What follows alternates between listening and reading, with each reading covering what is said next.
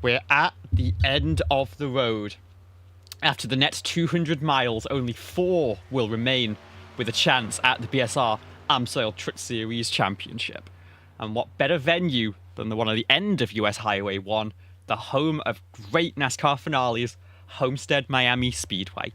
Welcome to the ModernPC.com 200, the final race of the round of 10, live from flag to flag on JCTV. This legendary mile-and-a-half venue in South Florida opened in 1995 as a mini Indianapolis, but in its current form in 2003 is a standard oval with 18 to 20 degrees of progressive banking in the corners. Drivers can find success ripping the fence here, and it naturally provides fantastic multi-groove racing as drivers search for grip under the Miami sunset.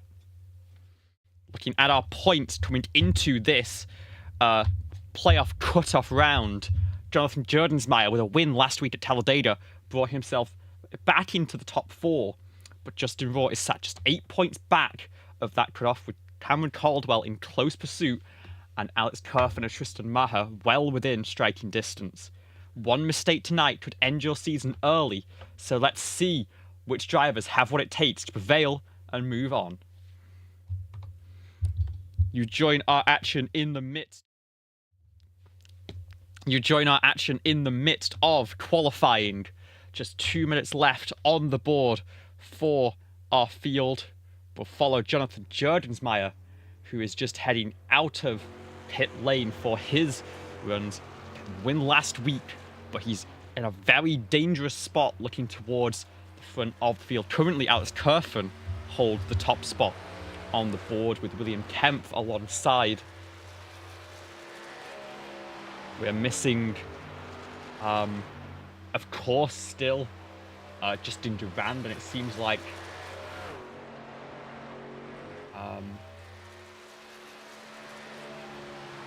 Alex Kerfen, in fact, is not currently present on the racetrack.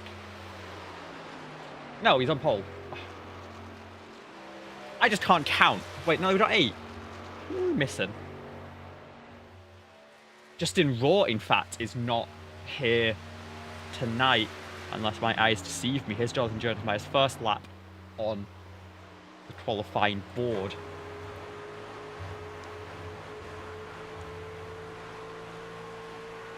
So he's actually using that low side with a minute to go in the session. Drivers can find different grip levels at different parts of the racetrack. It looks like Jerdensmeyer will be happy with that, as the one lap that he's going to go for, he will reset back to pit lane. We'll follow with Stephen Maggio, who I think it's fair to say needs a miracle to make his way into the playoffs in this one. Kerfen on pole. That will be an additional point, I believe. I will be trying to keep track of the standings as we progress through tonight's race. There's going to be a lot to follow, and it could come down to the absolute wire with how the field is set up currently. This run is not going to end up finishing out. That will be the end of the qualifying session. It will be Alex Kerfen on pole for the start of tonight's race.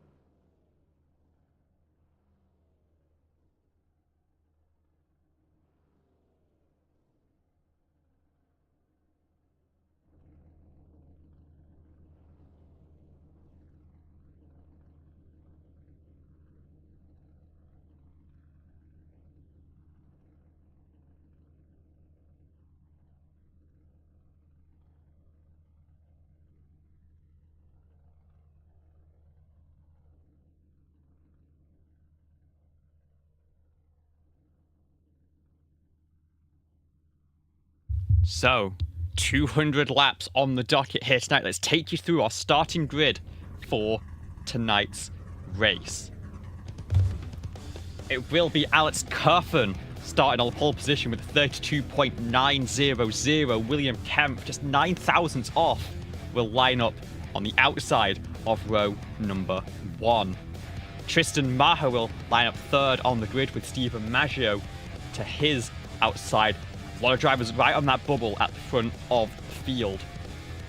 It'll then be just a couple of rows behind Philip Scott, our first at-large driver. The top 5 finishers outside the playoffs will each earn $20 out of tonight's race, courtesy of William Kemp and Tortoise Speed Racing. So Philip Scott looking to continue his season with a bit of a paycheck. David Durand alongside looking for much of the same. Then it'd be Mika Walls in 7th place with Jonathan Jurgensmeyer alongside in 8th, last week's winner. Got to work through the field from the 4th row. Alonso Chicano and Rivers Jones will line up 9th and 10th for tonight's action, with Gabe Pizzola and Cody McCorkle 11th and 12th. Then with Cameron Caldwell a few points back in the playoff standings, starting in 13th, a lot of work to do alongside Levi Poland in the Tortoise Speed Academy number 90. Further back it'll be Fidel Fabian, Shane O'Neill and Stephen Thornton rounding out your 17-car field for tonight's race.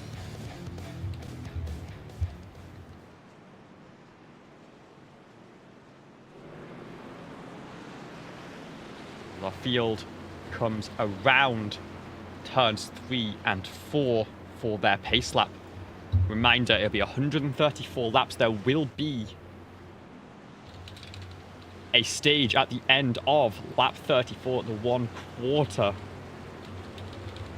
race mark, and then from then on we could go all the way to the checker. So the pace truck pulls off.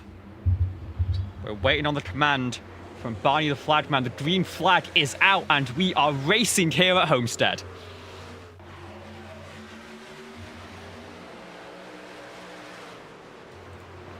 Alex Kerfen's got a good launch at low side, looking dominant on the initial start. Tristan Maher might be able to lead through into 2nd place.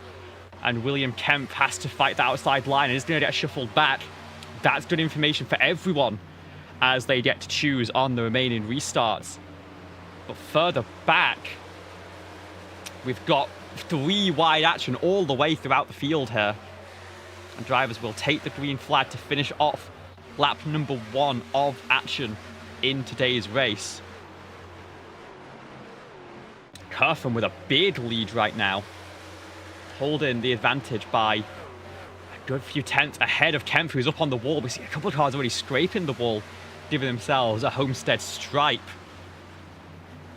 Come through turns 3 and 4. And it looks like William Kemp is looking to try and make that low side work once again. And might have the advantage here. He still has to tuck back in to start lap number 2. Or start lap number 3, I should say.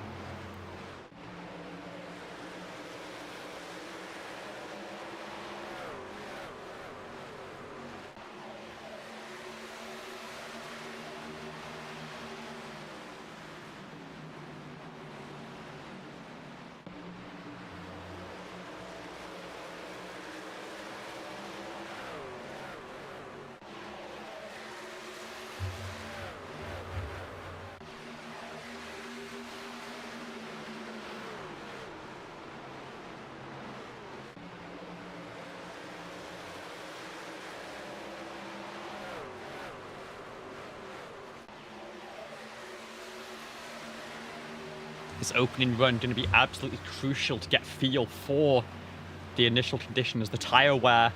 It's obviously late into the August sunset here in the iRacing sim, but even so, track temps staying reasonably high in the low 90s, I believe. High 80s in terms of track temp here.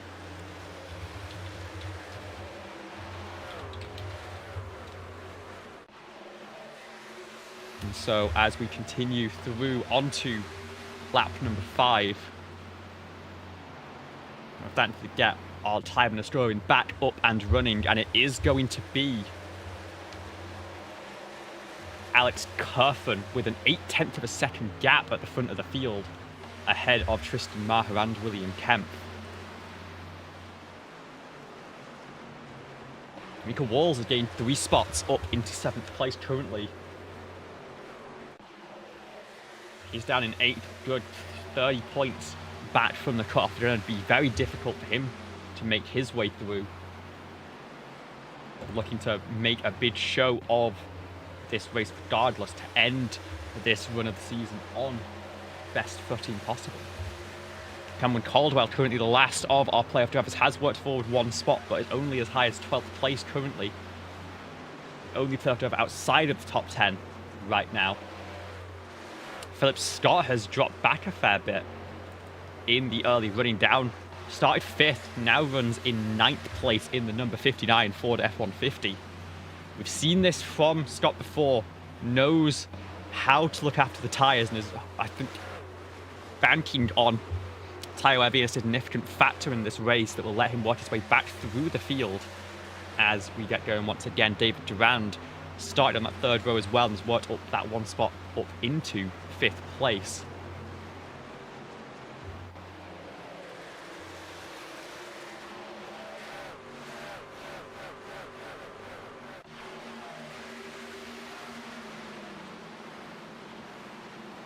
It's going to be side by side for Maggio and Chicano. Chicano in that pinch truck on the low side. Maggio trying to hold that outside line in the number 51. He's just getting hassled a little bit here. Can't easily get clear and get into a groove. And Philip Scott is coming back now, along with Rivers Jones, started 10th and has held serve so far. Looking to now start working his way forward up into the positions. It's opening with 34 laps, could be crucial championship hopes. We've had drivers talk about this in the races so far in the playoffs. 10 points for a stage win, down to 1 for finishing in 10th. There's Philip Scott to the inside of Alonso Chicano, keeping the 25 out of rhythm, out of the groove. And it seems like drivers preferring the low side currently, thinking that could be where the best tyre save is. But there's plenty of momentum to get a move done on the high side if need be. Rivers Jones goes to the low side to try and get around Philip Scott. Cameron Caldwell trails in the number 12, currently running P11. Maybe Cyrus off toy, but that's the momentum that Scott has. It allows him to lunge forwards. And he will hold on to 9th place, continue wearing that top side ahead of Cameron Caldwell. It's a little bit of a dirty air effect in these trucks, but I'm sure Caldwell's not too bothered by just the 1 truck ahead. There's a big move to the inside from Philip Scott. Let's try and clear Chicano in the 25, and I think he might just manage it off turn number 4. Not confident enough to close the door, isn't going to take that risk this early in the race. And they will stay side by side into turn number 1 as Maggio tries to get to work on Jonathan Jerdensmeyer up ahead. Maher has closed back into Alex Kerfen. Gap is now within 0.4 of a second. That could very soon become a battle for the race lead. Maybe Kerfen got that initiative, but maybe a little bit too hasty pushing through. There's Charge to insert. Maggio has the momentum on the outside line, is able to find the run. Scott's trying to poke the nose to the outside to do very much the same move. Rivers Jones all the way at the wall.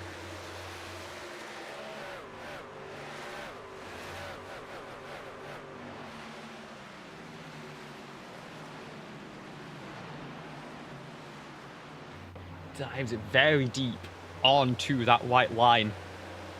9 up, scraping the safe barrier. And they're gonna be, as they work out of the corner, just no momentum carried off that low side.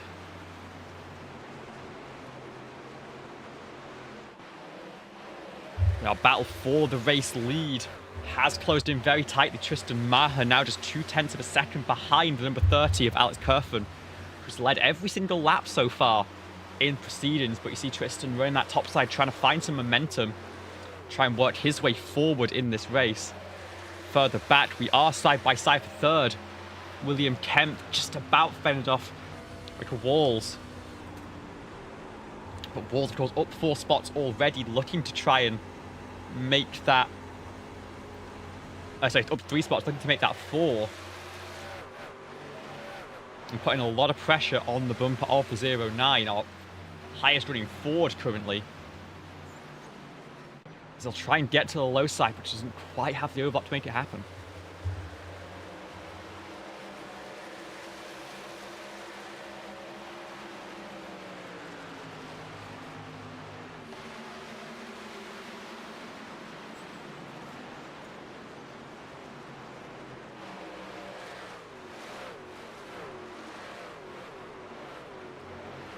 And it seems like at the front of the field, Tristan might not have enough left to fight against Alex Kerfen. He's going to fall back. Further back, you've got Stephen Maggio now shuffled to the outside, as judges by blinking on that high side.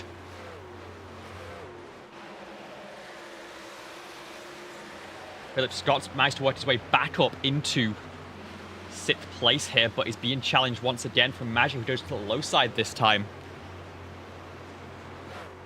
He's going to try and slide up the racetrack off turn number 2. And he's going to manage it. He's going to clear. But immediately there comes the momentum. Philip Scott till the inside. Crossover after crossover. This isn't helping the tyres of either of them. But here comes Philip Scott once again. Might be side by side with David Durand, in fact, for that highest place at-large driver. The problem, that means he can't quite merge in. Can't quite go to the wall on the exit. And now it opens up the door on the inside for Stephen Maggio to carry some momentum back through as we hit the halfway point in this opening stage.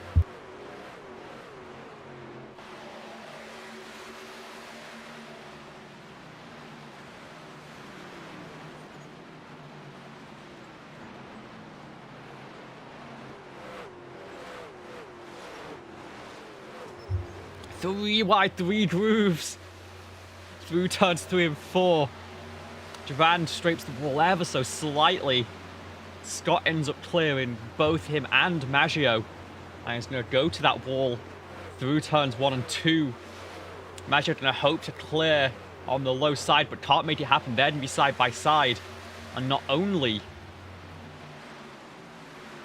is Scott going to hold the position, but in fact, David Durand give him the opportunity to clear for just a moment. Although he does fall back. And we're going to go once again, as I think Maggio still a little bit of pressure. He's going to pinch the 24 to the inside just a little bit. And carry the momentum off the corner. I think that battle should be done. But as this fight for 5th place calms down just a little bit, the front of the field, is that Alex Kerfen into the wall? Just a touch. That is going to put him under immense pressure from Tristan Maher, who's going to try and go for this race lead. His driver's just 2 points separated between 2nd and 3rd. Crucial spot for these two in the championship fight. And these 10 stage points could be pivotal in that run. They're going to want to try and get to the top spot, but remember, it's 9 for 2nd place as well. They don't need to put everything on the line just yet. For a driver like Kemp, who's currently 18 back from the cutoff, it's a little bit of a different story. He might have made some desperate moves here. It's like Maggio clears for 5th place. Philip Scott will fall back a little bit. Actually got a little bit loose off the corner there, turn 2. Came down the racetrack just a little bit, but managed to hold on.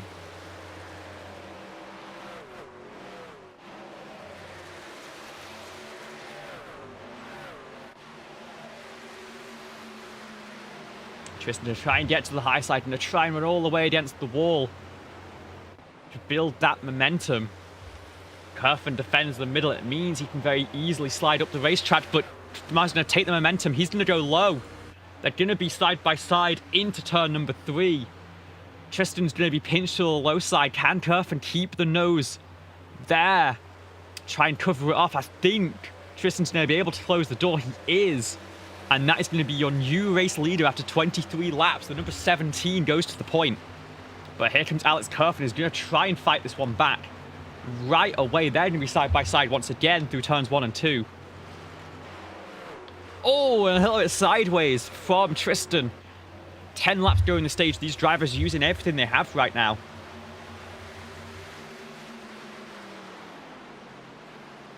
It's like Kerfen's going to try and peck away at that low side, find a mistake, find maybe Tristan catching the wall, leaving some paint down there, but he has the momentum off turn 4 here. He's going to clear once again.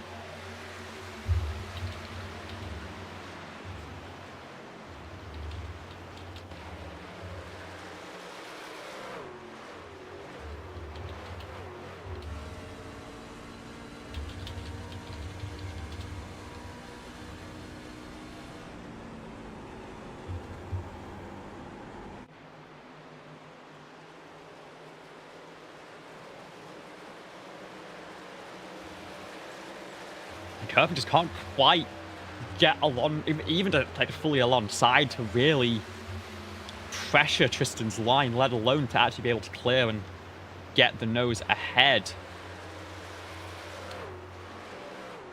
It seems that just like the number 17 has that little bit more left in the tires as we get towards the end of stage number 1. Further back, we've got a little run group here. It actually starts with 4th place and 5th. Under a blanket are William Kemp and Stephen Maggio as Walls tries to streak away late in the running off this opening stage. And behind you've got Scott and Durand, of course.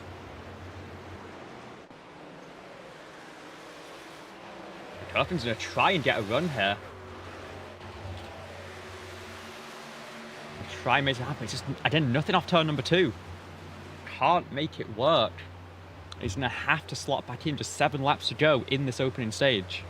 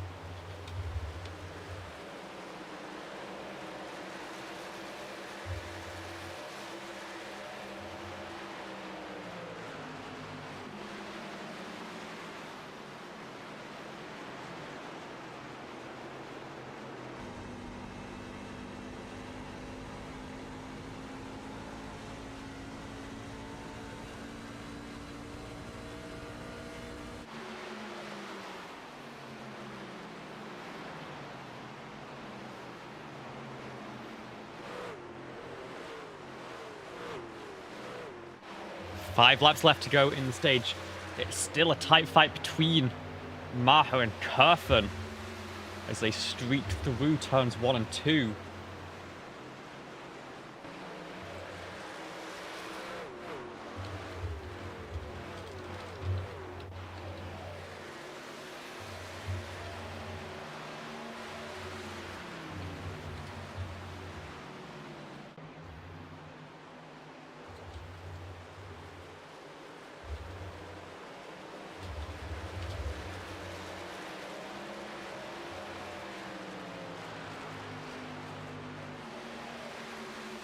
All this is good. I'm trying to keep a track of exactly what's happening at the points right now because it is on an absolute knife edge here.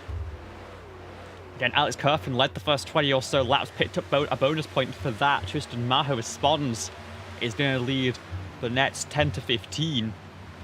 that'll give him a bonus point. There's going to be a battle for that final bonus for most laps led that could end up being oh so crucial in the race. We've got 3 laps to go left in this opening stage of competition.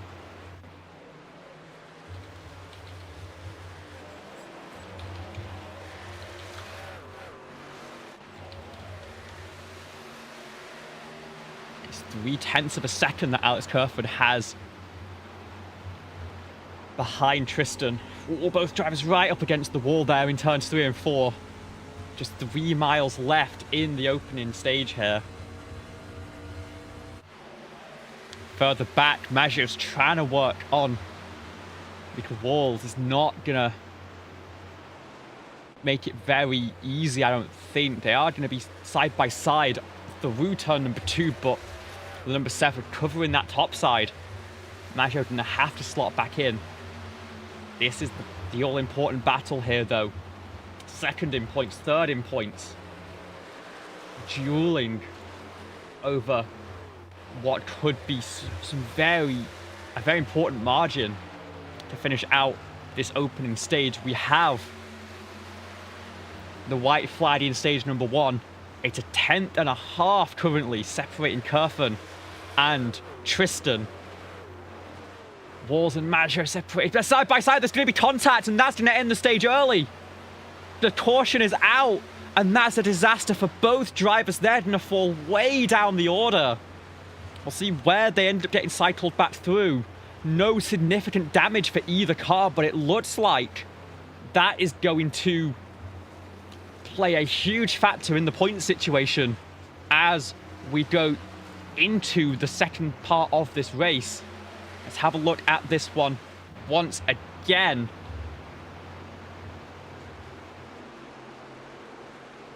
And you just see coming off turn number 3, Maggio just goes all the way up, leaves exactly 1 lane, and unfortunately, Balls just needs a little bit more than that coming off the wall.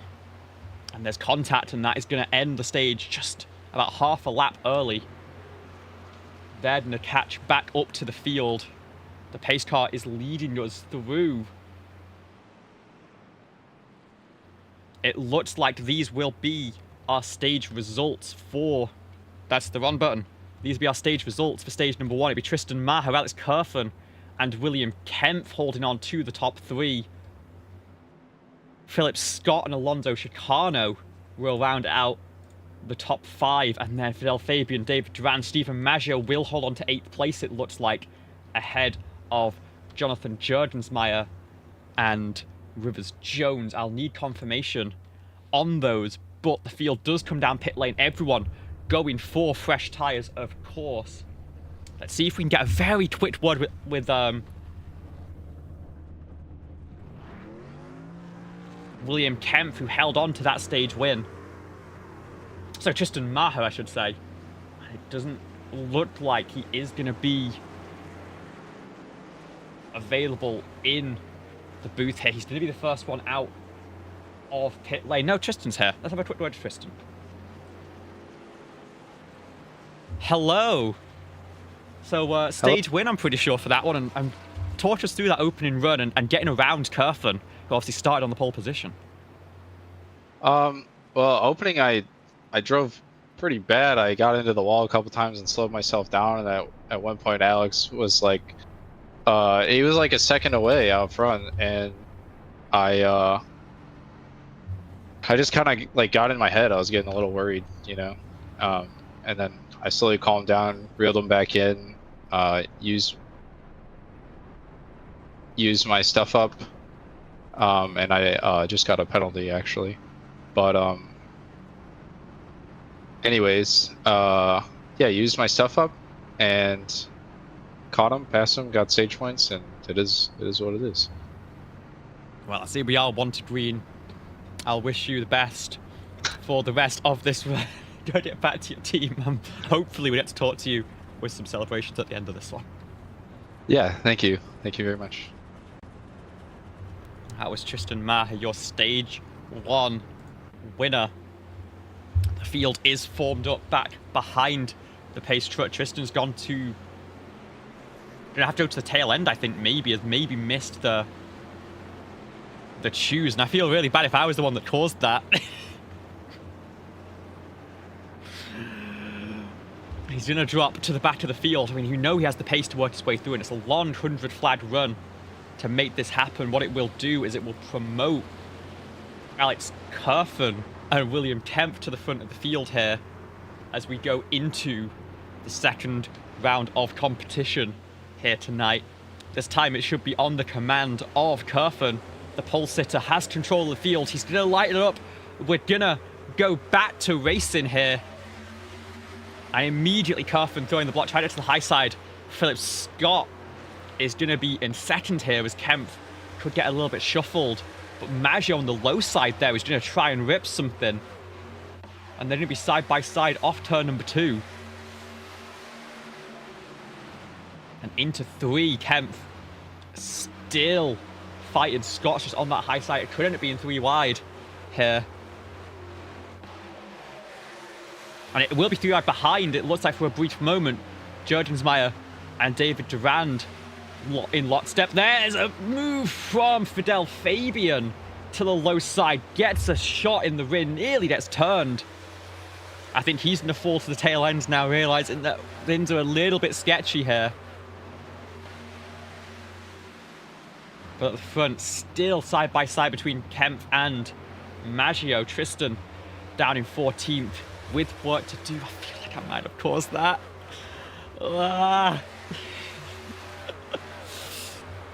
He's got plenty of time to try and make it back here.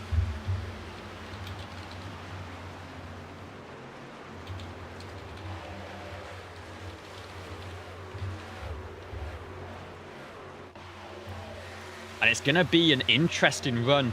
If we stay green here, it could end up being a little bit of a fuel save to make it on one more stop. Unless if you are Tristan, you're not in a bad spot for that. Because 5 tyres is available as always. All drivers just getting through the one so far.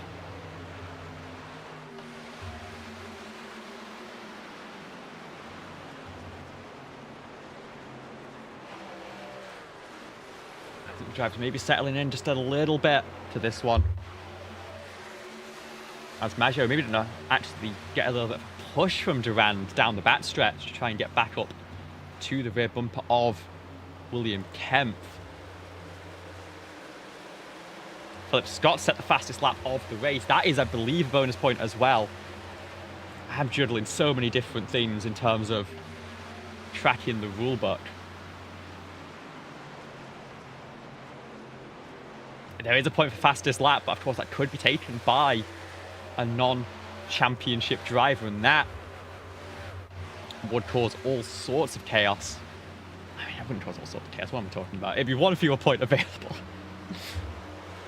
But as the track is going to get a little bit cooler here as we head in towards the sunset, I think it stands to reason that the lap times could go up after the final stops, and could see more drivers go for that purple lap.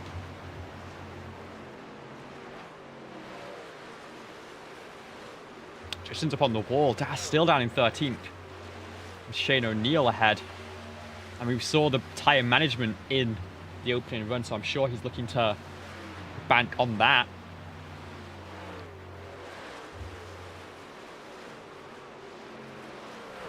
Just a little bit of a struggle here to get around the number 91. This might finally be the momentum that he needs to clear and try and get going once again. Keep on that high side through 1 and 2. He's got more than a second up the road to Levi Poland now.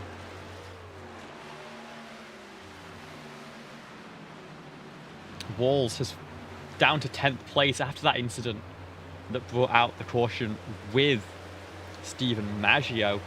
He is jet to work on Rivers. Jones has a little bit of a wiggle actually on the top side in 3 and 4. That's going to cost him the position.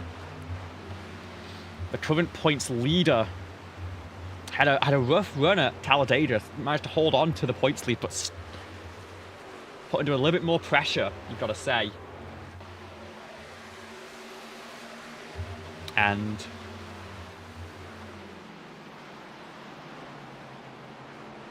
Needs to make sure he keeps his nose clean throughout the rest of this one. They ended up picking up just the 1 stage point by my count, and that's where he sits right now as well in the race running. 28 points clear of the cut was that Yahoo truck coming into this one.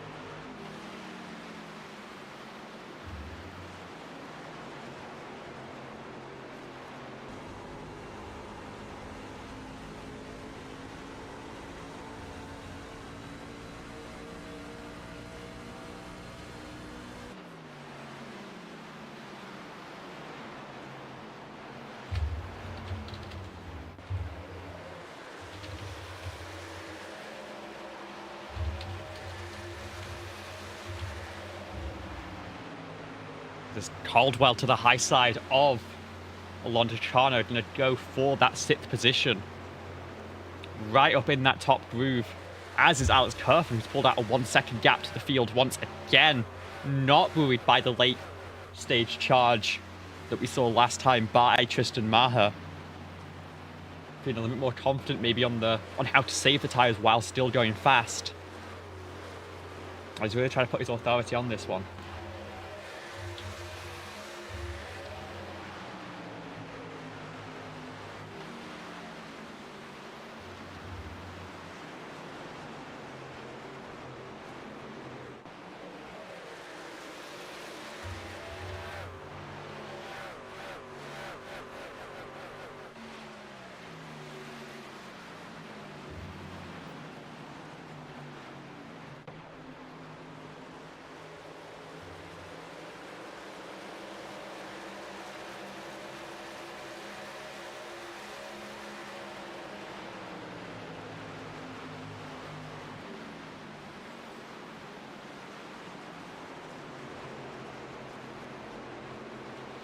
As our field progresses through the opening of the 2nd stage, as we click off lap number 50.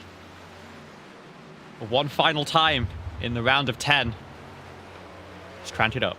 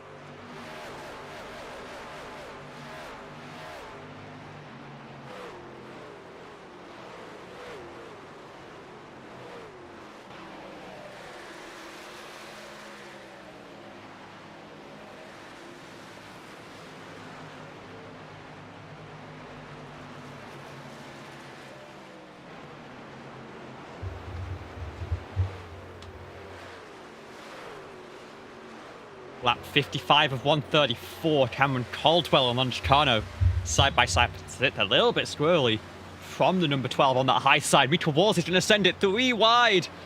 As we head into turn number 3, he's going to clear Alonso Chicano and block off the move from the 25. Caldwell's going to go to the high side, has nowhere to go. Rita Walls covers that off. Could be a shot from the 12 to try and just clear the 25. But it looks like the number 7 is set to just set sail here. Managed to get 2 for the price of 1 and up into 6th place. Chicano and Caldwell still struggling. Actually, Caldwell looking like he could get swallowed up here by Jonathan Jurdensmeyer in the 0-0. I mean, Caldwell spent so long to take that move up, and then Walls, opportunistic, great move. I think just caught him completely off balance. And now he's got to fight his way back through, has that momentum on the high side, of course. But we know how important this is for Jurdensmeyer. By my count, as of where we sit currently, take out the stage points and the pole position and the current laps led, it will be 12 points as the cutoff between Jurdensmeyer and William Kemp, with Caldwell a further 10 points back before final points are applied.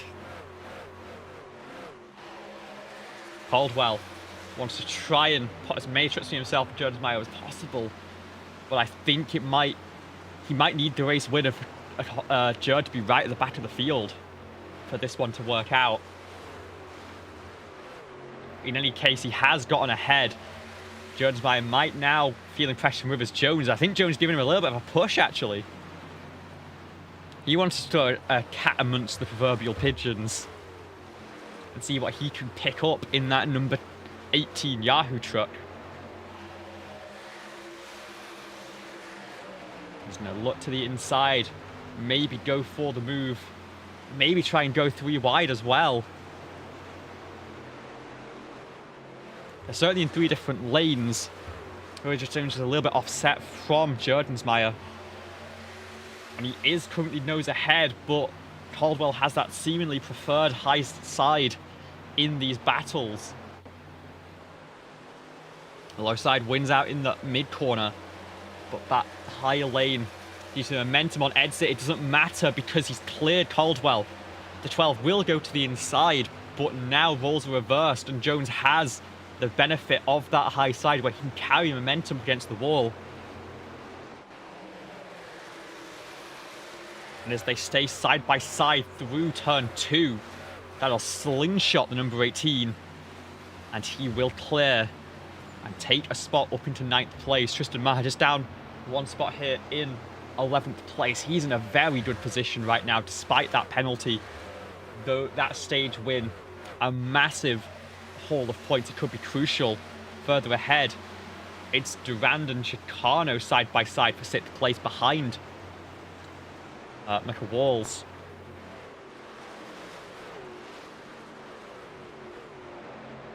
And we're now 25 laps deep into this stint, about halfway through what we expect the fuel to be capable of.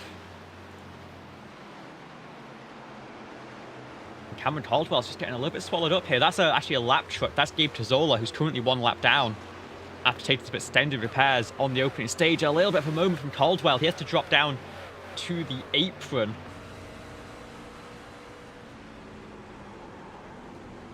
And will fall behind Poland, in fact.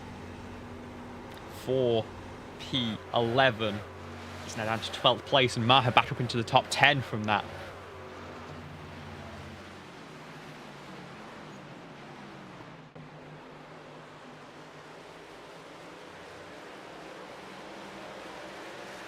Lap times have fallen off about 1.5 seconds from the fastest laps we've seen in this race. And we've had an incident, actually. Poland. Oh no, Caldwell's into the pit lane, it looks like. He's had an incident of some kind. And we'll see what's happened to the number 12 here. We are still green, but it looks like Caldwell's championship hopes are going to end. He pulls it down. I think that's his day done. I think he knows that there's nothing more that he can get out of this one.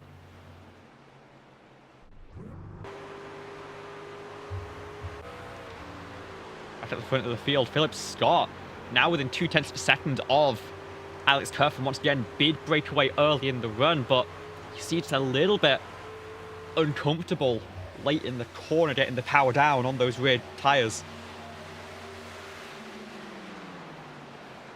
Alex Kerfen's led about 50 laps so far, isn't far away from taking that additional bonus point for the most laps led. He'll take one more here with Scott not able to complete the move through turns 3 and 4 there.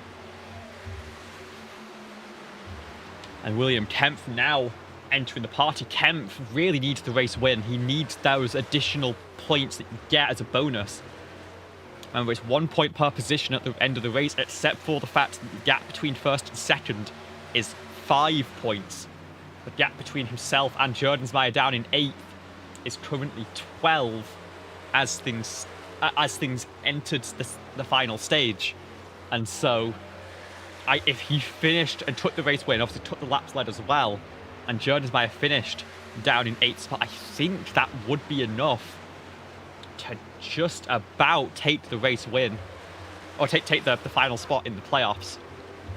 He's been running up front all day. Started second, currently down in 3rd, with side by side once again for the race lead. As Kerfen defends that high side, but this time I think Philip Scott is going to clear, and we are going to have a new race leader. But there's the crossover move. Scott does take the line there, but Kerfen dives it in to turn 1, taking that second groove, sort of trying to box out the response from Scott. Is he going to be clear? He's not confident enough to make that happen. Scott is going to carry the momentum on the outside, and the thing is, here comes William Kempf now, going to try and take advantage, to try and follow whichever line is dominant. He goes to the low side. He's going to swing all the way up to the wall, I'd imagine, or exit, and just try and follow Philip Scott through. Try and use him as a pit to get around Kerfen and become that lead playoff driver.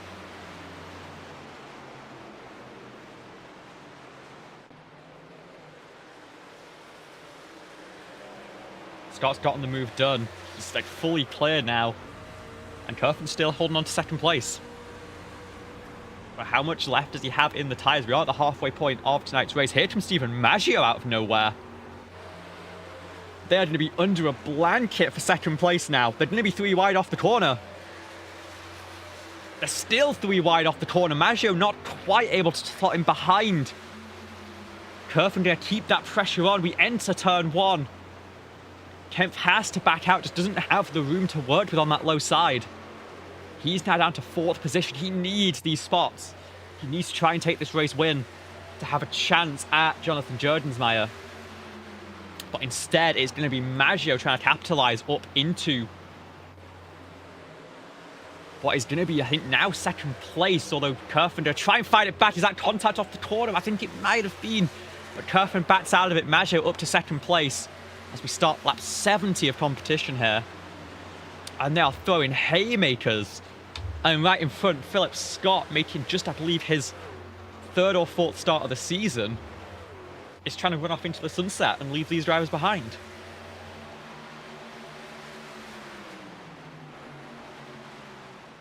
Maggio does go to the low side. Is a nose ahead, is a full car ahead right now. Is he going to be clear? Is Scott going to build that momentum? But it's not to be enough. That is marked that as a lap led now for Stephen Maggio. That's a bonus point. Unfortunately, I think he's too far back to make this one happen, but looking to make a statement coming through the rest of tonight's race. Scott isn't done fighting just yet. He's going to look to the high side and to try and make this one happen. Maggio just has such a pull in the mid corner on the bottom groove is the problem. Can't make it happen.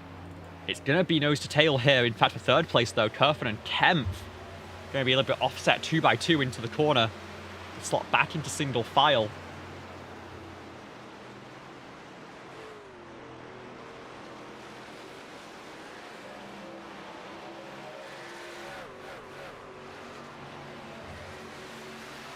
You see Kempf is trying to set that move up.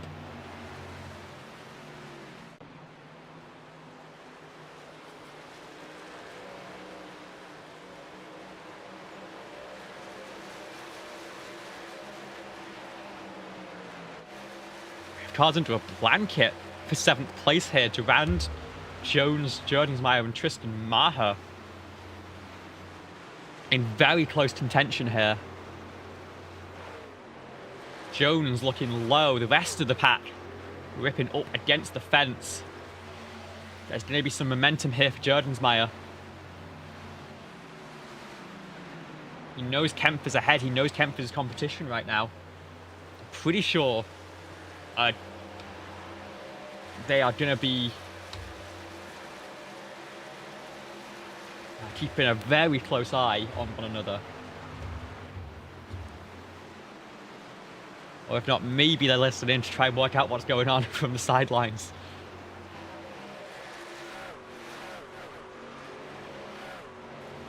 I'll pull up the fuel window once again. 45 to 55 laps as the rough number. You can make it here.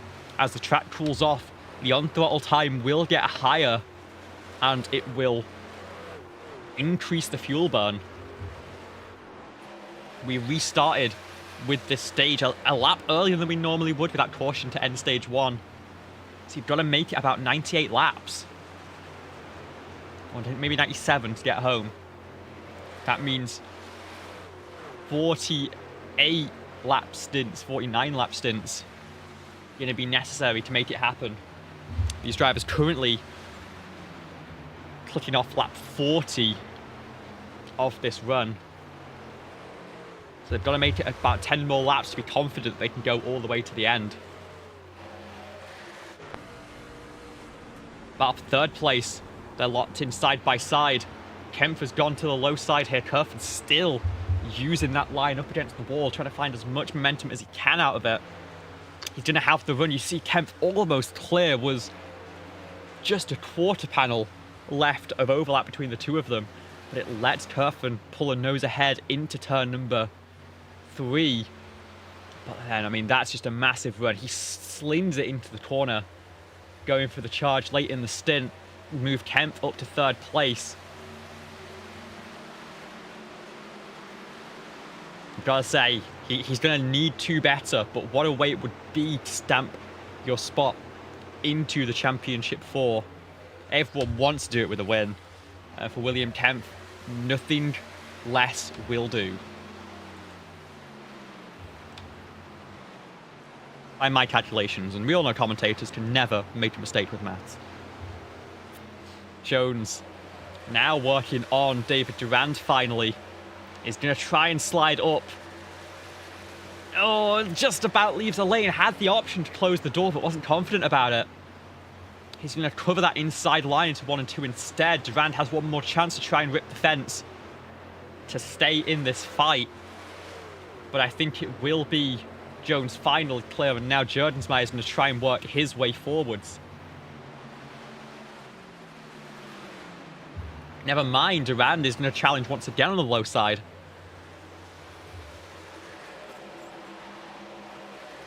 Jones on the high side is going to have the momentum here.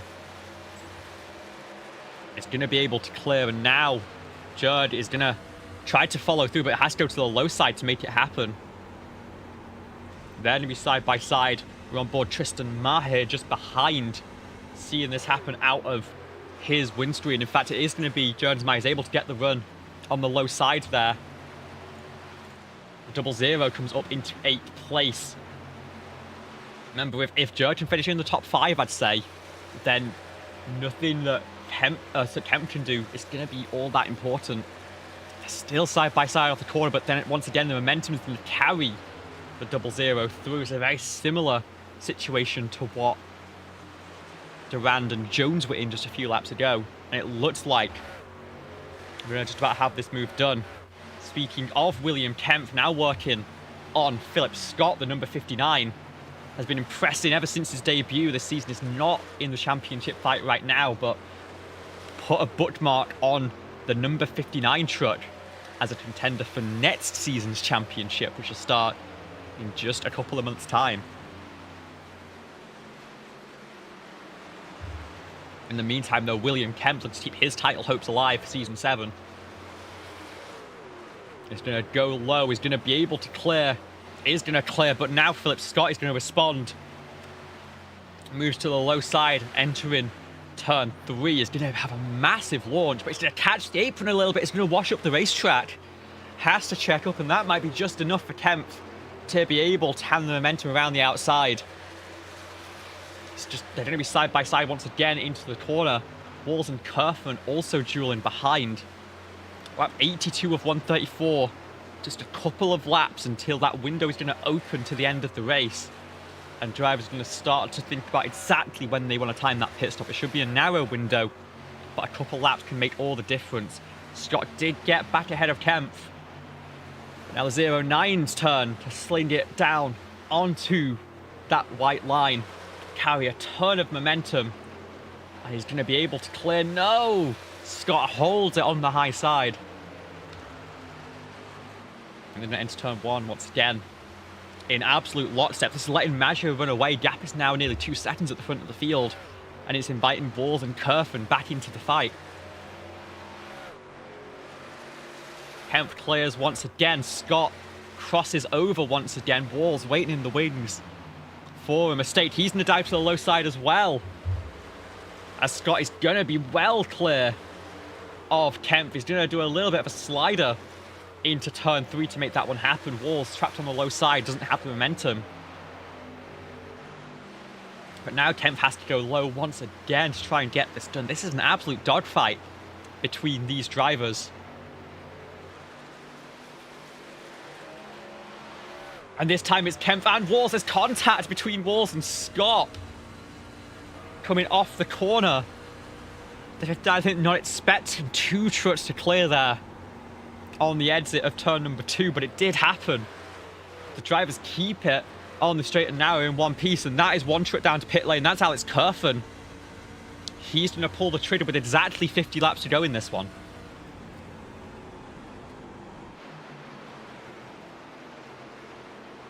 It's maybe a lap or 2 shorter than what I would have been hoping for.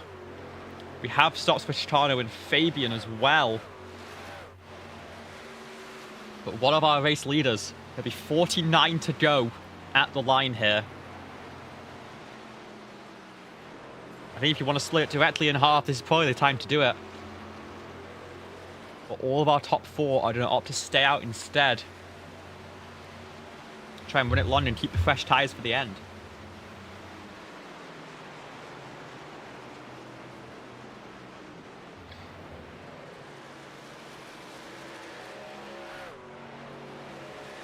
Fourth, about 2 seconds now. Maggio at the front of the field went at 35.2 compared to the 33.3 that was set last time by. We're going to keep an eye on the fastest lap as well. One crucial point that could mean all the difference on the cut line. It's going to be Rivers Jones, the next driver to blink down onto pit lane, the number 18, going to take service here.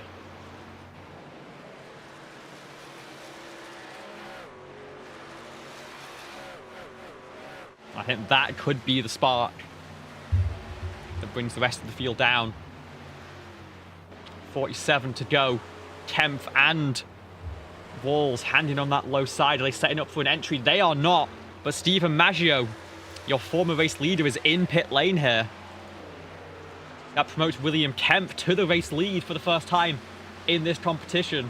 He needs to hold that if he wants a shot at this championship.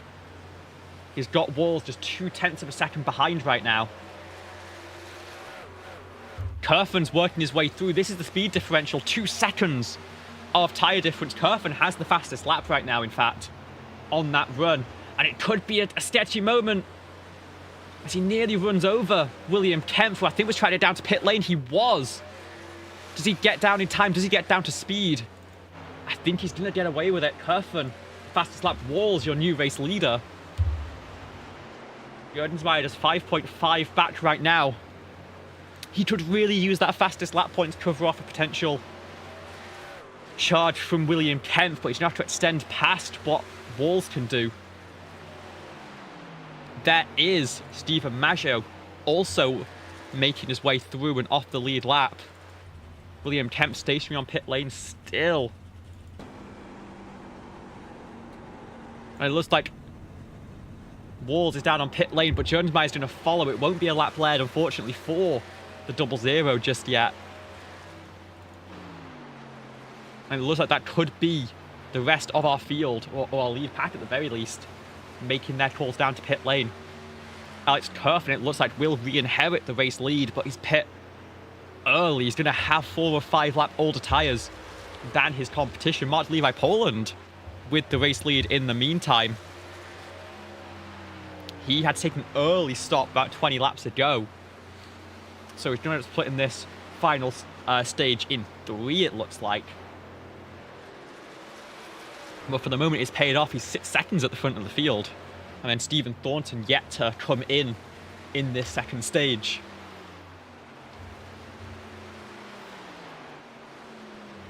Walls is going to rejoin. He's going to fall, it looks like, behind Scott just by a car length.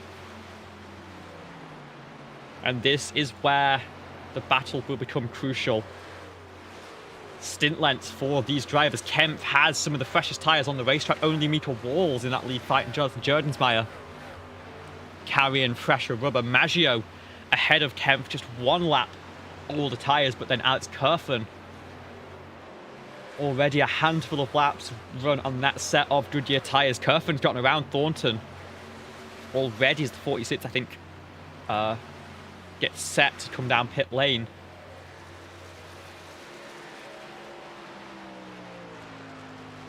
This is going to be the trouble for Kempf. He has the freshest tyres, but Maggio is covering off that overcut strategy rather well.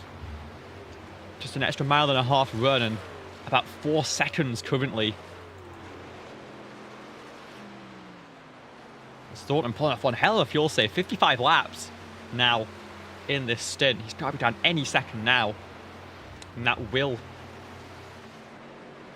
bridge the gap between Maggio and Kempf, and I think that is, in fact, Stephen Thornton pulling down towards pit lane.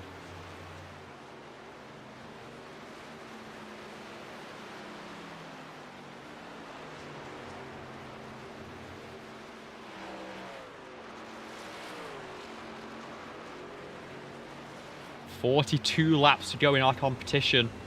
We're side by side in the battle for what is currently P6. Walls is going to clear Philip Scott, has the 1 lap fresher tyres. And it seems like he's going to try and make use of those as quickly as possible. Rivers Jones up the road for the number 7. 3 laps older on his set of Goodyears. Gap there just a second, and I think that's going to close in rather quickly. The tyre fall off despite the cooler conditions still proving to be a major factor in this one. And the lights shine in Miami for a grandstand finish to the round of 10.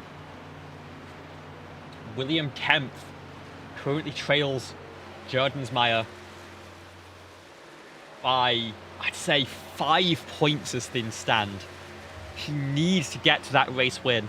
He needs something, but Kerfin and Maggio 5 seconds up the road on 2 different strategies. It's going to be so difficult for him to close that gap.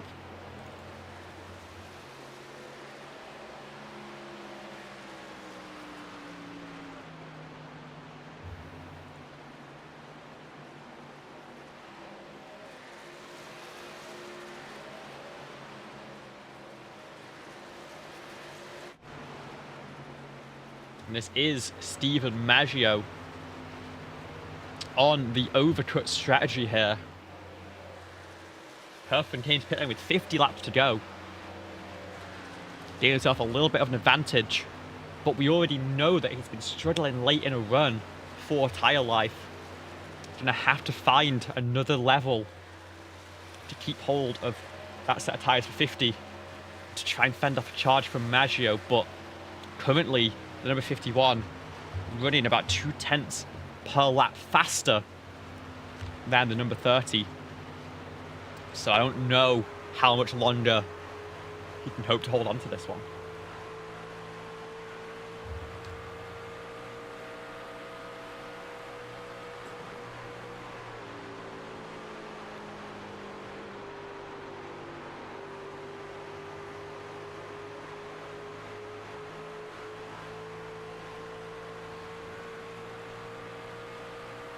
Reminder, Levi Poland pit 28 laps ago will have to make another stop for fuel before this race is done. The battle between Kerfen and Maggio is for your net race lead, with the rest of the playoff drivers behind also in contention.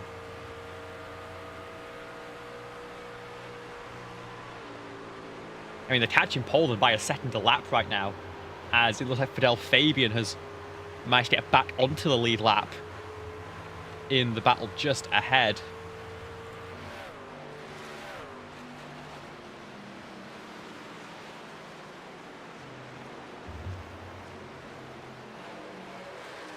There is Poland in the number 90, that blue and white truck. And Alex Kerfen needs to try and dispatch of Levi as quickly as possible. He's going to go to the outside, he's going to try and carry that momentum.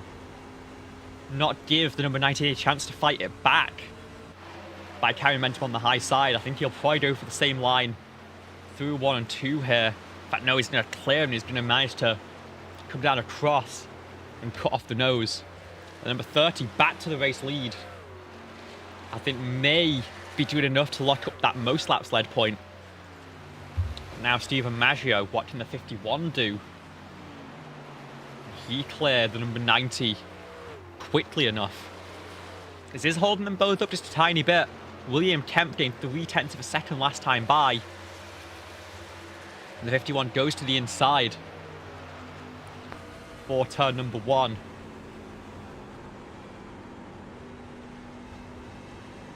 And I think that will be enough to shuffle Poland out of this lead fight.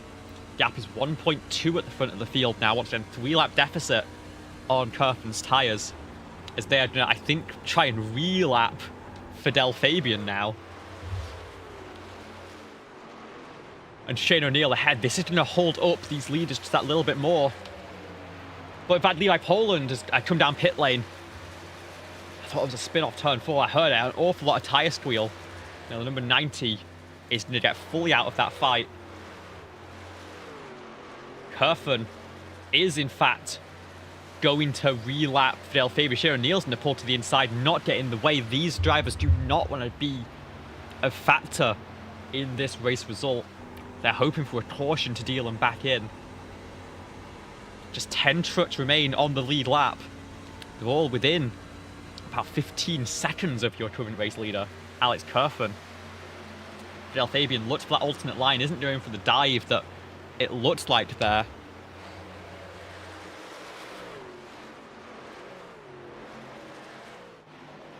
He's going to carry that run through.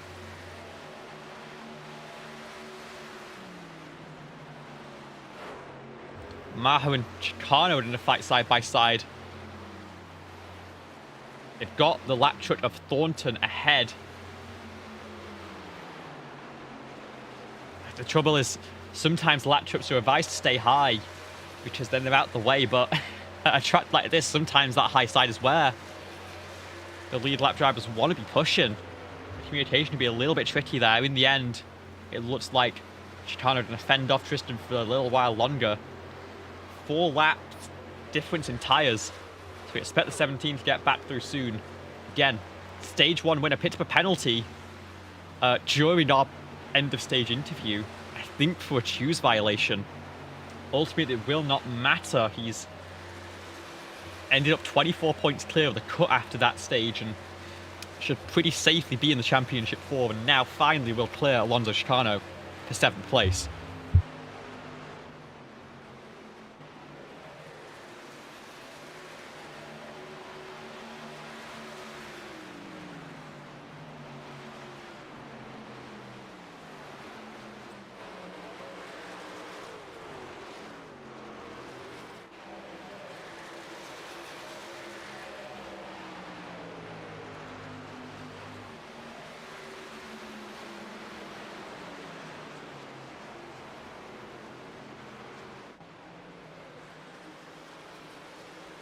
Battle for the race lead heating up now within 1/10 of a second. Kerfen's tyres started to struggle. Maggio gained 0.3 last time by. He's going to be to the inside of the racetrack into turn number 3. Gonna hood right against that white line in that lowest groove. Trying to avoid the seam. Clears. Slides up the racetrack. Stephen Maggio back to the race lead with a 2.2 second gap from William Kempf.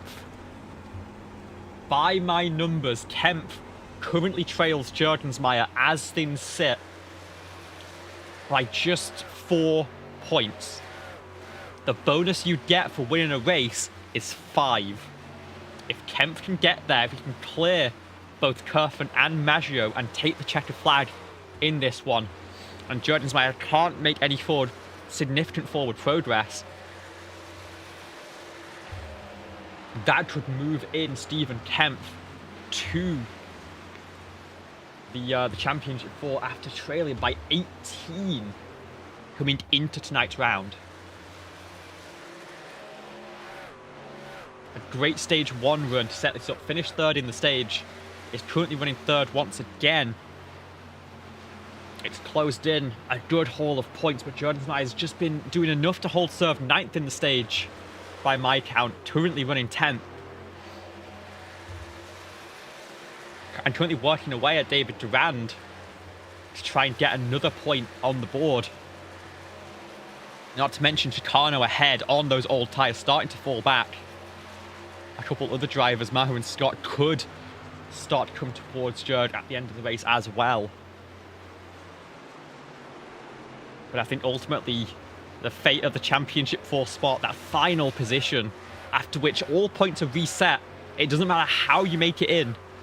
Everyone gets set to 3,000 as we head into next weekend's race over at Iowa. So the pressure is well and truly on. 2.3 seconds William Kempf has in. He has to clear Alex Kerfen on 4-lap older tyres. Then he has to get to the bumper of Stephen Maggio, who is just on 1 lap older Goodyears. And then he's got to get that move done in the next 25 laps.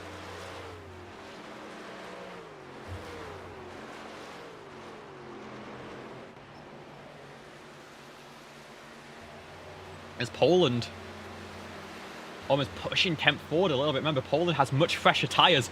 In fact, they're in the same voice call here. A little inside baseball. They're in communication with each other. Both drivers for Tortoise Speed Racing.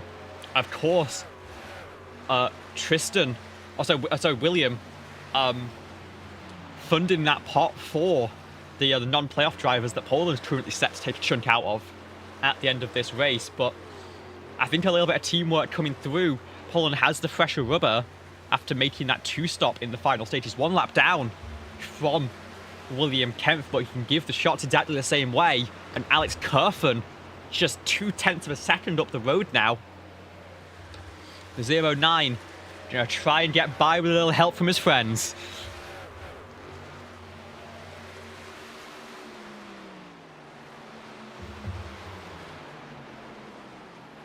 He gets to the inside through turn 3 here. We expect Kerfen to have the run off corner, but that tyre deficit is going to be huge right now. 0.4 last time by. They're going to be side by side down the front stretch. There's the shot once again from the number 90. It's going to push Kempf clear. He's going to be able to defend this position. And remember, Poland has much fresher tyres, 15 laps, 18 laps even on Alex Kerfen. So he's going to clear, and he's going to be able to continue supporting that push forwards. And there's 21 laps to try and close in 2.1 seconds. 1/10 per lap with the margin to try and get the move done at the checker. And what a finale this is to the round of 10. Who saw this one coming?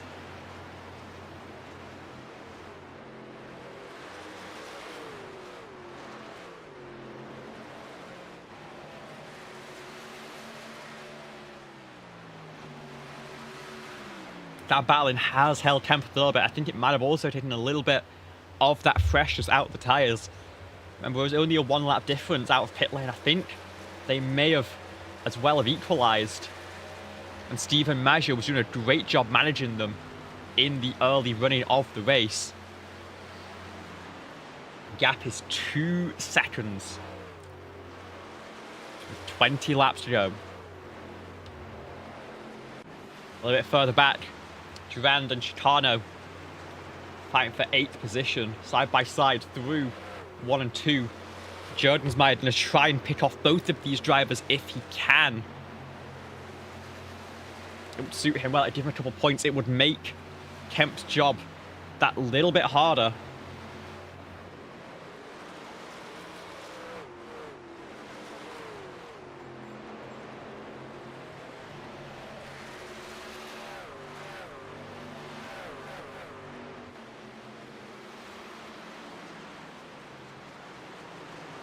And Chicano's tyres really struggling. A 35.2 last time by. Judd gained about 0.3 of a second. But is currently phasing in and out of this plane of existence, as we have come to know the 004 over the course of this season.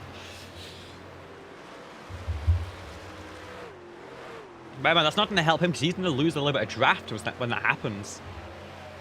And that slingshot can be very useful in these trucks. About 3rd place. Curvin still struggling on those old tyres. Might have a little bit of fuel saving left to do as well. To go to the high side walls, he's going to cut in low. It seems like after taking the pole position, after finishing 2nd in the opening stage, this long run just not quite going to work out for the number 30 tonight. But ultimately, it's not going to be too much pain for Alex, who came into tonight 2nd in points, is going to leave in a very strong position, and in fact could end up taking the supremacy in the round of 10. Of course, not that those points carry forward, but to end on top, going into the final 3 rounds, it's got to give you some confidence going into those championship prize fights. Iowa, Michigan, Chicagoland. We've got 1 short track, 1 speedway, and 1 intermediate to decide the championship between the 4 drivers that make it. So test their skills better than any other trio on the calendar. I love a good wide range of tracks in the playoff rounds, and it's exactly what we've got. I love Iowa as a short track as well. You're there next week on JCTV. Back to back until the end of the season. The action does not stop. So be sure to join us for that. 15 to go here at Homestead. The gap at the front of the field, just 1.6 seconds now. Kemp is holding on to that round about 1/10 a lap margin that he needs. You see still touching right behind is that number 30, using everything at their disposal, every trick in the book to try and get the move done on the number 51. And it's not really the 51 that has anything to gain or lose from this. Of course, the race win is going to feel oh so sweet for Maggio. It will be, if this stands, his 3rd race win of the season, being anyone else's total. But unfortunately, it's going to come down to the drive behind the 09 of Kemp and the 00 of Jonathan Jordan-Meyer for that final spot. The charge is slow. It might be a little bit too slow, but it's steady from the 09. There's a prayer that the number 51 truck, Stephen Maggio, could hit the cliff in that Toyota Tundra and start to reel in very, very quickly indeed.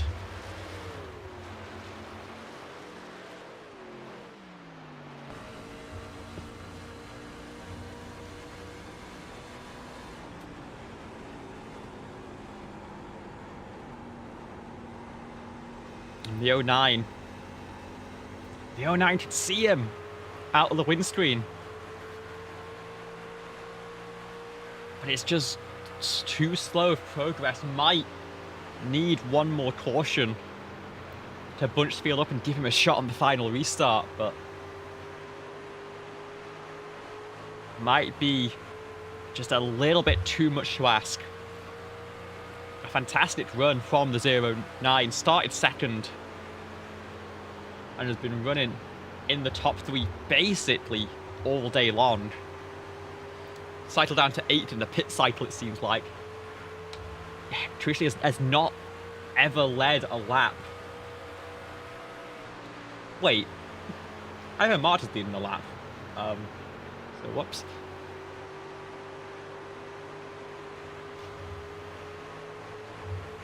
Either way, he'll need to get to the front of the field to make this margin work. In that case, he will, of course, have that lap lead on the book.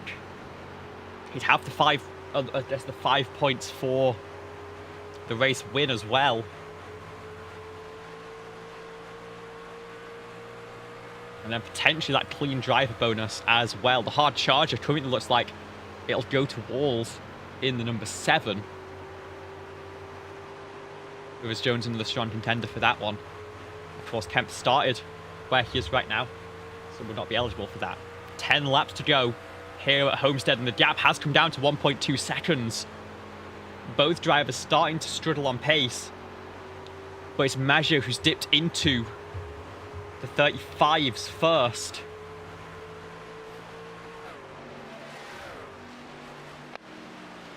And 2/10 gained last time by. That Tortoise Speed Racing battery working very effectively in the closing run. But will it be enough? Remember, he's not just got to get there, he's got to manage to get the move done as well. He's going to throw absolutely everything at it if given the opportunity to. We know that for sure. He knows he needs the race win.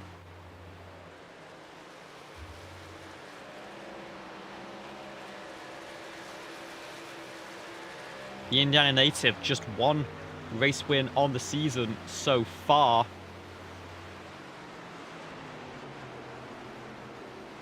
That would, of course, be over at Dover at the start of March. Last time by, the gap just didn't quite close in the same way. Maggio managed to hold serve.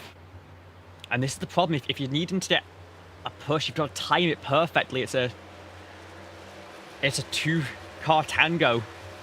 And it's so difficult to hold close, especially we know that Poland has the fresher tyres, but he's been sat in the wake all of this stint. Just running out of juice, but Kemp catching a little bit of slipstream now at this point. Catching a little bit of dirt, yeah, as well, let's not forget. We've got Gabe Cazzola just in front of our current race leader as we come to 6 laps to go. Will the number 95 play a factor in this one?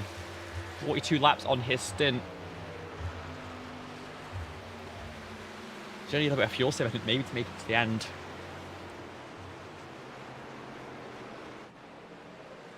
Again, the 95 sticking to the wall is where you traditionally want the driver to go. It's given Maggio some slipstream, in fact, here.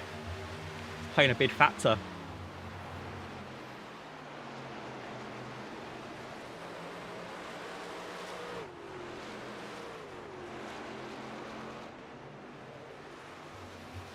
And here it comes, 5 to go here at Homestead. Maggio has the lap truck of Gabe Cazzola. He's getting help on the straightaways. Could be getting held up in the corners. You've got Kemp with his teammate of Poland in the background there. Out of the way gets Cazzola. And the gap is 1 second.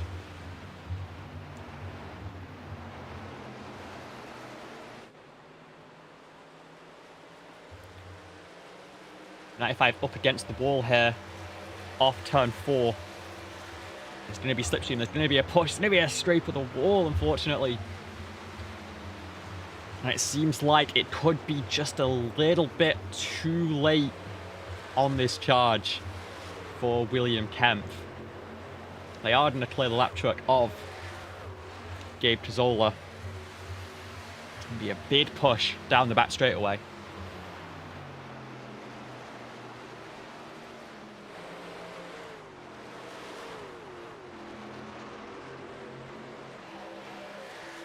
Looks like Rivers Jones maybe having some connection issues in the number 18 in the dying stages of this race.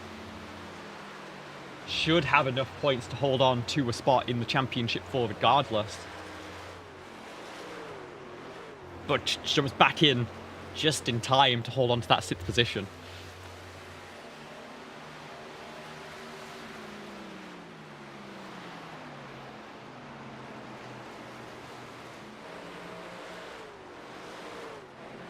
Journey's actually going to pick up that spot on.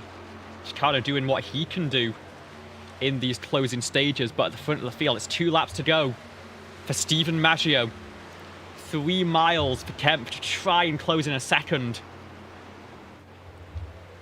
He's running every possible line he can at one point or another, trying to find that grippy track.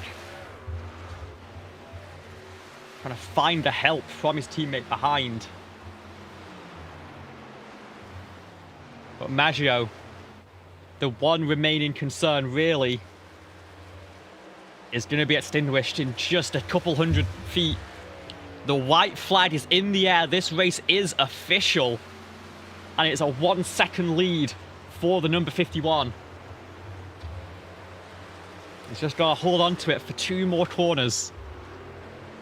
And he will take his 3rd race win of the season and extinguish William Kemp's hopes of the championship 4. 3, 3, and 4 for the final time. What a run it has been. A tyre save masterclass from Maggio. He'll round the corner nice and smooth, and it will be a race win for the number 51, Stephen Maggio.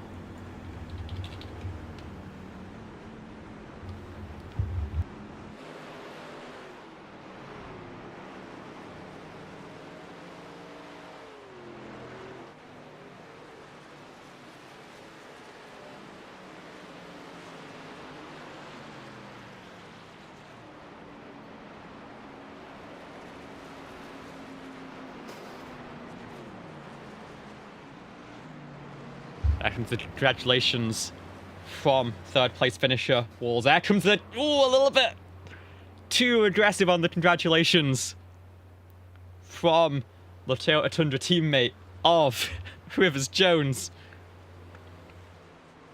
Doesn't look like there's too much damage left on the 51.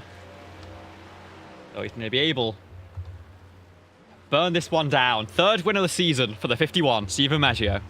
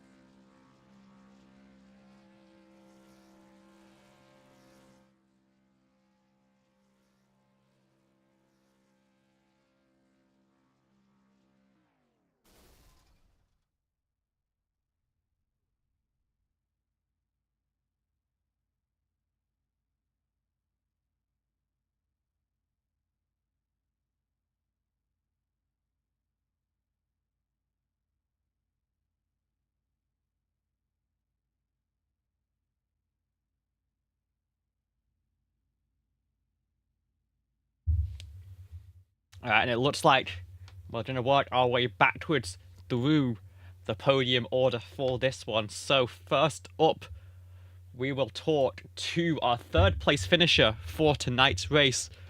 Walls, talk us through that race. A good qualifying position, but not the ideal ending to stage 1 that you would have wanted, but then a great charge through the field to take the third place finish at the end. Yeah, it was very unfortunate that we got right there at the stage. If that probably didn't happen, we probably would have had a better shot to win there. We just had to go from so far back after the stage, and of course it went green all the way. My luck. But yeah, I'm happy with the third place finish. And unfortunately, we didn't make the next round of playoffs, but it's always next year. There certainly is indeed, and there's still 3 races on the campaign to look at. We've got Iowa, Michigan, and Chicagoland to round out the season. Which of those do you think is going to be your best shot to take home a second win on the campaign and really finish out the season with a bang? It's definitely Iowa. Iowa's one of my better tracks on iRacing, so I think I'll definitely be either competing for a win or getting screwed on tire strategy. So. Well, I will wish you the very best on that one, of course. This is not showing the right person. If there's anyone you want to shout out and say thank you to, the floor is yours. Congratulations on a third place finish for tonight's race. Thank you. I got to shout out Goat Boys and everybody back in the Goat Call. And it was just a good race overall. Well, thanks so much, and we'll see you next week. Yep, thank you. And we will go over to our second place finisher, the creator of all the drama there in the final run to the checker, William Kemp. Talk us through that strategy call, that teamwork that we saw between you and Levi. And was there anything you could have done to get that win and get into the next round? Yeah, I mean, we were doing everything we can because I knew it was close down there in points. I'm not even for sure if I made it to the next round or not, but it almost worked off. I'm surprised it worked as well as it did as he was pushing me going down the straightaways, but I just couldn't cut off that final second. I guess Maggio had enough saved there at the end. He was able to hold me off. Other than that, it was still pretty fun. At least I still got finished second. Yeah, no, it was a fantastic show. I think by my calculations, it would have been that winning bonus, those extra 5 points for the win that would have taken it. Maggio unfortunately played spoiler in that sense, but a fantastic showing to finish out this round, and good momentum to carry into the final race of the season. Again, Iowa, Michigan, and Chicagoland. Do you think you got a shot at a second win, and which track are you fancying for it? I'd say Iowa and Chicago have a pretty good shot, but actually I will probably not be here for Michigan because I am going to have to miss a race, unfortunately. So that's more than likely going to take me out of contention. Okay, well, I will warn you that you're going to have to fight Walls for that Iowa win because he said the very same thing. So I can't wait to watch that battle next week. But before I let you go, anyone want to shout a thank you? Congratulations on a fantastic show and a second place finish in tonight's race. Hey, I give a shout out to Levi for helping me there. That was some awesome teamwork tonight. Shout out to my buddy Vic and his wife Gabrielle. They had a baby earlier this week, so that was pretty cool. They were watching tonight. So hey guys, that's about it.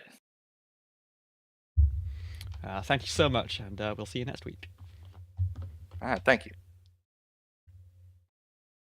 And finally, let's talk to our race winner for tonight's action. Third race win on the season for the number 51, Stephen. You took a win at Auto Club. You took a win at Darlington. Now Homestead completes the trifecta. Talk us through what it is about those tracks that seems to suit you so well. I'm not really sure. I think part of it might be tire wear. I guess Homestead and Darlington are 2 tracks known for tire wear, but we didn't really even get that much tonight because it was a night race, which was pretty frustrating because like that first run I saved my tires and then it takes like 25 laps for the tires to wear enough to where it actually matters. And then because the track's so cold, and then but it's not like a big enough difference to like pass the guy and drive away. It's like you pass him and then he crosses you over, and then now I have to cross him over just to try to pass him again, and then he's crossing me over, and it's like it was very frustrating because I saved my tires and then I'm just getting crossed over left and right, and I just wish it was a day race where there would have been more tire wear, and you would have seen the differences a lot a lot more drastically. But I mean, I don't know. Everyone else was loose and I was really tight, so I don't even really know why this track was suiting me in this car. I'm not really even that good in this track at this track in other cars, but just worked out, I guess. Well, of course, that is your third on the season, takes you ahead of every other driver right now. And there's still 3 rounds left to try and find a fourth. I've asked the same question to the 2 on the podium. Iowa, Michigan, Chicagoland. Which one are you fancying the most to try and take win number 4?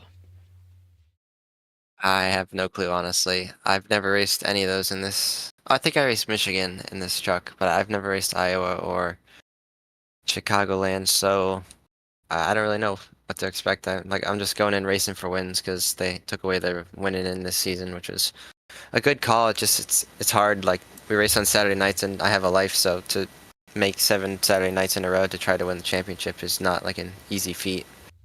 Uh, so I'm just racing for wins. Well, I guess if I had to guess, I would say maybe Iowa because I'm decent at short tracks. But if it builds loose, then I think Maher's going to be the guy to beat. So we'll see. Well, again, I wish you the luck for the rest of those races, and of course, after a 3rd win on the season, we've got to hand you the microphone, give you the floor, shout out sponsors, thank yous, any friends and family, anyone you want to shout out for this one. Congratulations. Just shout out you in the booth. Um, I don't know how interesting this race was. It's kind of boring in the driver's seat, but shout out you for broadcasting it, and my teammates Micah, Justin wasn't able to make it tonight. Rivers, William gave me a good fight tonight. He kept me honest. I didn't know if he was gonna catch me or not. He was keeping me really honest. Jurg, uh, apologies to Micah for spinning him. I feel bad about that. Just came up too much, I guess, and oh, Gabe too. And I think that is it. Well, sounds good. Thank you so much for joining us. Congratulations on the race win, and we will see you next week. Thank you. Have a good one. And that will close out our action for tonight's race. It looks like we do have some updated points. I'm just checking to see if those results are all accurate. No, we're still waiting on the stage results to come through, it looks like. So stand by while we confirm who will be the 4 drivers taking on the championship starting next week at Iowa Speedway.